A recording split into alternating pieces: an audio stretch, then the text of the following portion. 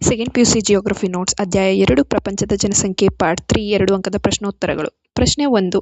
ಸ್ವಾಭಾವಿಕ ಜನಸಂಖ್ಯೆ ಬೆಳವಣಿಗೆ ಹಾಗೂ ನಿವ್ವಳ ಜನಸಂಖ್ಯೆ ಬೆಳವಣಿಗೆಗಳ ನಡುವಿನ ಅಂತರವೇನು? ಉತ್ತರ: ಸ್ವಾಭಾವಿಕ ಜನಸಂಖ್ಯೆ ಬೆಳವಣಿಗೆ ಜನನ ಮೈನಸ್ ಮರಣ.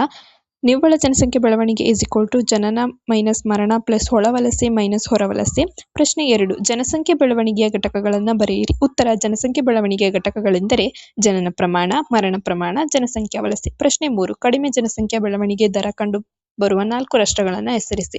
ಉತ್ತರ: Britain, USA, Belgium, Russia, Japan, Australia ಇತ್ಯಾದಿ. ಪ್ರಶ್ನೆ 4. ಶೀಘ್ರ ಜನಸಂಖ್ಯಾ ಬೆಳವಣಿಗೆಗೆ ಕಾರಣವೇನು? ಉತ್ತರ: ಅಧಿಕ ಜನನ ಪ್ರಮಾಣ, ಕಡಿಮೆ ಮರಣ ಪ್ರಮಾಣ, ವಲಸೆ, ಬಾಲ್ಯ ವಿವಾಹ, ಬಹುಪತ್ನಿತ್ವ. ಪ್ರಶ್ನೆ 5.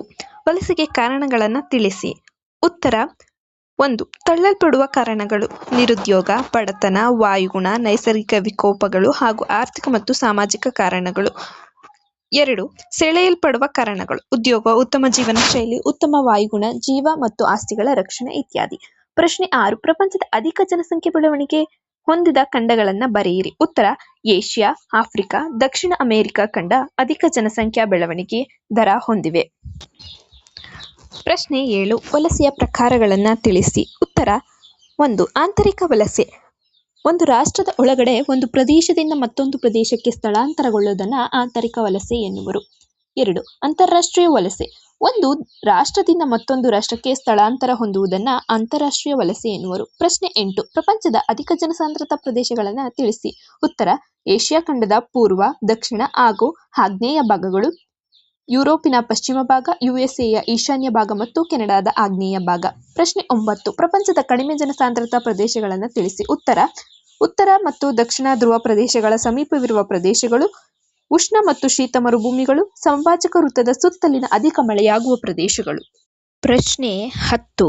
ಜನಸಂಖ್ಯಾ ನಿಯಂತ್ರಣ ಕ್ರಮಗಳನ್ನು ತಿಳಿಸಿ. ಉತ್ತರ: ಕುಟುಂಬ ಕಲ್ಯಾಣ ಯೋಜನೆಗಳ ಅಳವಡಿಕೆ, ಬ್ರಹ್ಮಚರ್ಯ ಪಾಲನೆ, ವಿವಾಹದ ವಯಸ್ಸನ್ನು ಮುಂದೂಡುವುದು,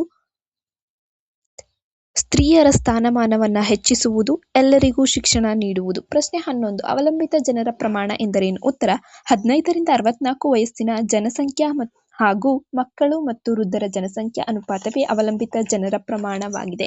ಪ್ರಶ್ನೆ 12. ಪ್ರಪಂಚದಲ್ಲಿ ಅಧಿಕ ಸಾಕ್ಷರತಾ ಪ್ರಮಾಣ ಹೊಂದಿದ ರಾಷ್ಟ್ರಗಳನ್ನು ಹೆಸರಿಸಿ. Georgia, Russia, Ukraine, Latvia. ಪ್ರಶ್ನೆ 13.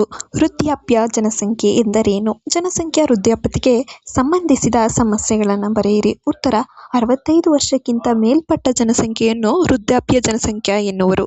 ದುಡಿಯುವ ವಯಸ್ಸಿನ ಜನಸಂಖ್ಯಾ ಇಳಿಕೆ, ನಿವೃತ್ತಿ ಹೊಂದಿದ ಜನಸಂಖ್ಯಾ ಏರಿಕೆ. ಪ್ರಶ್ನೆ 14. ಜನಸಂಖ್ಯಾ ಲಾಭಾಂಶ ಎಂದರೇನು? ಉತ್ತರ: 20 ರಿಂದ 30 ವರ್ಷದ ನಡುವಿನ ಜನಸಂಖ್ಯೆಯು ದುಡಿಯುವ ವಯಸ್ಸಿನ ಜನಸಂಖ್ಯೆಯಾಗಿರುವುದರಿಂದ ಇವರನ್ನು ಜನಸಂಖ್ಯಾ ಲಾಭಾಂಶ ಎನ್ನುವರು. ಪ್ರಶ್ನೆ 15. ಮಾನವ ಅಭಿವೃದ್ಧಿ ಸೂಚ್ಯಂಕದ ಪ್ರಮುಖ ಘಟಕಗಳನ್ನು ತಿಳಿಸಿ. ಉತ್ತರ: ಮಾನವ ಅಭಿವೃದ್ಧಿ ಸೂಚ್ಯಂಕದ ಪ್ರಮುಖ ಘಟಕಗಳೆಂದರೆ ಆರೋಗ್ಯ, ಶಿಕ್ಷಣ, ಉತ್ತಮ ಜೀವನ ಮಟ್ಟ. Thank you for watching part 4 5 marks question and answer coming soon. Subscribe my YouTube channel, comment for next video.